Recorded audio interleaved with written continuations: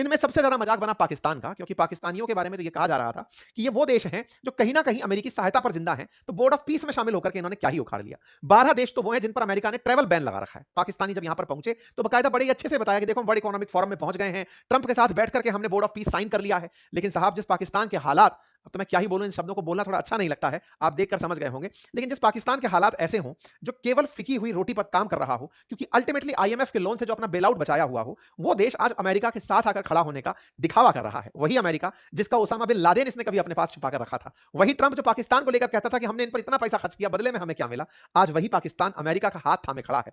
आसिम मुनीर इनकी ट्रॉफी बनकर खड़े हुए हैं। आसिम मुनीर को देख करके पाकिस्तान को यह विश्वास है कि एक दिन पाकिस्तान ही है जो उसे मिडिल ईस्ट में कभी यूज करने की जगह मिलेगा, क्योंकि ये खरीदा जा सकता है। वो पाकिस्तान जो कभी इजराइल को मान्यता नहीं देता था, आज वो इजराइल के साथ बोर्ड ऑफ पीस में बैठा हुआ है। इंटरेस्टिंग है, आज पाकिस्तान खुद उस बोर्ड में बैठा है जहां इजराइल सर्वाइव कर रहा है, इजराइल एग्जिस्ट करता है। वो उस जगह बैठा है जहां इजराइल का इंटरफेरेंस है, जहां गाजा को मिटाने की कवायद है, पूरे गाजा को खत्म करने की कवायद है, वहां पर पाकिस्तान बैठा है। मेरे साथियों, पाकिस्तान की उसके खुद के देश में बहुत ज्यादा ट्रोलिंग हो रही है, मंत्रियों की ट्रोलिंग हो रही है, लोग उनके खिलाफ बयानबाजी कर रहे हैं, न्यूज चैनल्स पर बहस और डिबेट चल रही है कि पाकिस्तान ने यह क्या कर दिया। गाजा में इस तरह से फॉरेन इन्वेस्टर्स के नाम पर अमेरिका को खुलेआम गाजा का भविष्य बेचने का यह काम क्या किया। पाकिस्तान सरकार बोली हम अकेले नहीं थे, 8 और मुस्लिम देश थे, उन्होंने भी यही किया। मैं तो बहुत पहले से आपसे कहता आ रहा हूं कि ट्रंप ने नेतन्याहू के माध्यम से गाजा को क्लीन करवाया है, और उन्होंने बकायदा जब कतर पर गोला फेंकवाया या ईरान पर जब प्रेशर बनाया, तो वो इसीलिए था कि वो गाजा को ले सकें, और यहां पर ये सब के सब इस पपेट के साथ ही बन गए।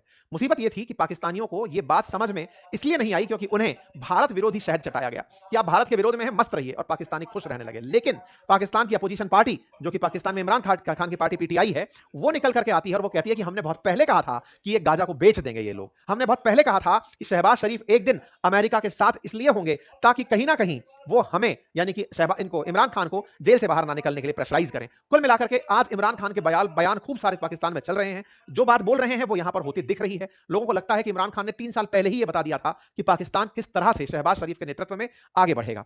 अब फिलहाल के लिए पाकिस्तान में इमरान की पार्टी डिमांड ये कर रही है कि पीस बोर्ड के अंदर की सदस्यता पाकिस्तान वापस ले और इनकार करे कि वो इसमें शामिल नहीं हो सकता, क्योंकि गाजा को वो नहीं बिकने दे सकता। खैर, जो भी है, पाकिस्तान का पाकिस्तान जाने। पाकिस्तान के काफी सारे मीम बन रहे हैं, जिसमें से ट्रंप के साथ बैठे हुए शहबाज शरीफ आसिम मुनीर दिखा रहे हैं। सर देखिए, वहां पर आसिम मुनीर बैठा हुआ है, देख लीजिए वो भी आए हैं, ऐसा कहते हुए तस्वीरें यहां पर निकल करके बाहर आती हैं।